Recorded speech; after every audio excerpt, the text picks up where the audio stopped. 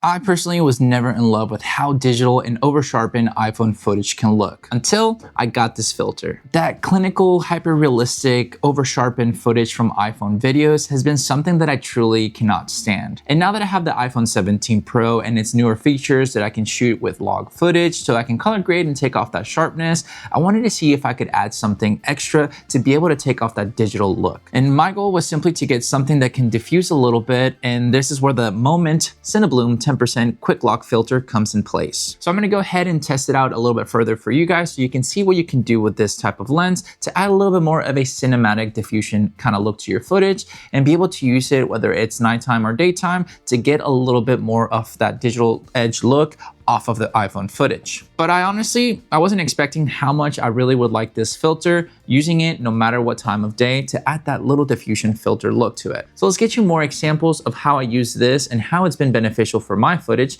to get a little bit off of that digital look and make my iPhone footage just more fun to use. And you're probably wondering, what does the 10% diffusion filter actually do? Well, right now I'm actually using the Moment Variable ND diffusion filter where you see a little bit more of diffuse lighting. And that's the main thing, is to have a little bit of that roll off be nice and natural. And that's the goal that I'm trying to do with this iPhone and the Quick Lock Cinebloom filter. It just really does reduce that harsh digital look and sharpness of footage. And that's the main goal that I want to do, to replicate my camera's look to my iPhone so that I can have a little bit of cohesive kind of footage that I can use on the go. So I'm going to show you real quick, just a quick example with the lights right here so you can see the diffusion filter with it and without it, so you can see kind of how it works. So right here, this is with the diffusion filter, just using it right now, just kind of showing you a little bit of the blooming effect as you can see it right now.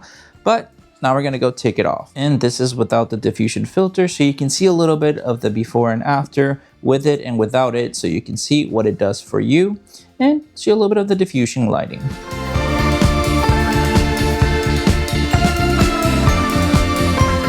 Now I want to show you a little bit of a harsher light where there's not like a diffuse kind of thing from like the lamps have, just to understand a little bit more of with the filter and without it before we go out and about in our day and film with this camera only, so you can get a little bit more examples inside with a little bit of that light and then go off to more of a daylight kind of type of style and just kind of go about our day so you can see how it can help out your footage while just being active with just your phone. So I'm just gonna go ahead and film right here, nothing special.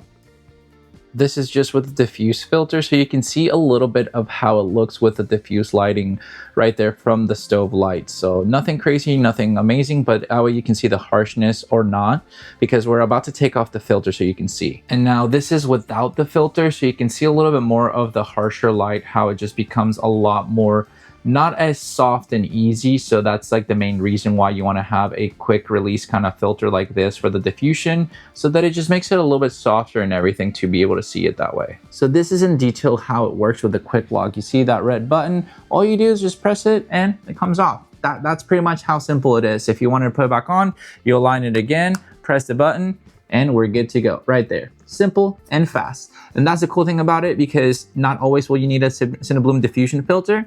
But if you want to leave it on, it protects your lenses, but you can also take it off and just take the photo without a diffusion filter if you really need to, or any video because maybe it's too much. But that way you kind of know how it works. So let's just kind of go ahead and take some footage as we go about our day, and you're going to see some examples as we go through it and give you a little bit more some of the thoughts of how cool can it be and what I like and what I don't like.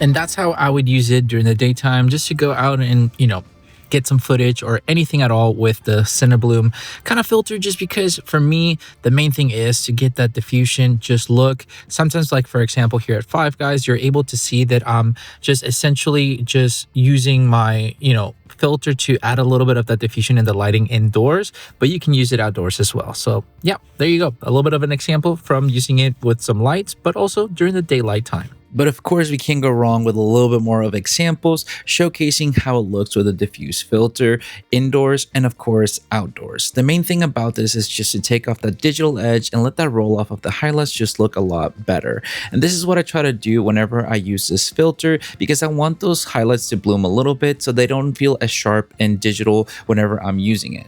Now, a drawback will be that obviously the way it sits on the lens itself of the camera for the phone, it just sometimes adds a little bit too much of a bloom effect. So you just have to be careful with the light itself and how it hits the camera. But overall, it still looks phenomenal, and I think it's so great to use no matter the situation of inside or outside. So the ultimate question after reviewing all that footage, can this filter really make your iPhone footage more cinematic or less digital or anything of the sort to improve it and have a better experience? Well, to me, I genuinely love diffusion filters where it has a subtle difference. It really doesn't need to be that much more, and you can do it in post-processing if you don't want to have a filter like this, because maybe you just want to do it whenever you want to, not because the filter does it for you. There are options within DaVinci Resolve and maybe probably Premiere Pro and other stuff like that that you can add a little bit of that diffusion feel to your footage, but do you really want to go that extra step?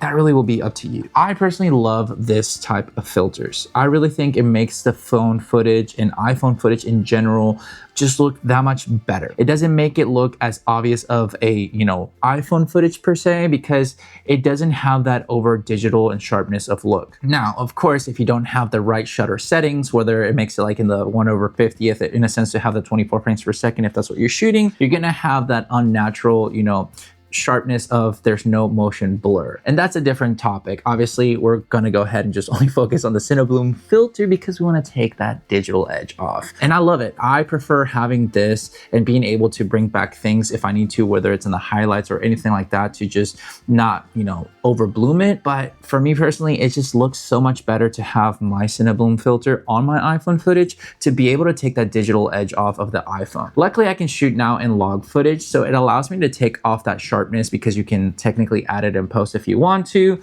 which helps out a lot more. And I've done videos on the iPhone itself to use it only. But for me, having that extra diffusion digital off edge, if you will, from the footage itself from the iPhone just makes it that much sweeter. And I really think that Moment really hit a home run with this filter, especially with their system of the quick locks filter. I think it's great to be able to have a Cinebloom. You can also add a circular polarizer and their variable ND filter, which actually I'm waiting on to arrive. So eventually maybe I'll see if the variable ND filter just works perfectly fine with me. And I'll say goodbye to the Cinebloom filter, but at least I know that with this, I can take off that digital edge and be fine. I love just having just a softer look in general in my images. So this will be a personal preference and it might not be for you, but I am curious. Is this something that interests you to be able to have a little bit more diffuse kind of footage and photos when it comes down to iPhone footages? Because I know they have that over sharpness and kind of like digital look to the photos and videos. That's one of the reasons why I hated using my iPhone 14 Pro. And now that I've upgraded to my 17 Pro, I felt that it looks a lot nicer. So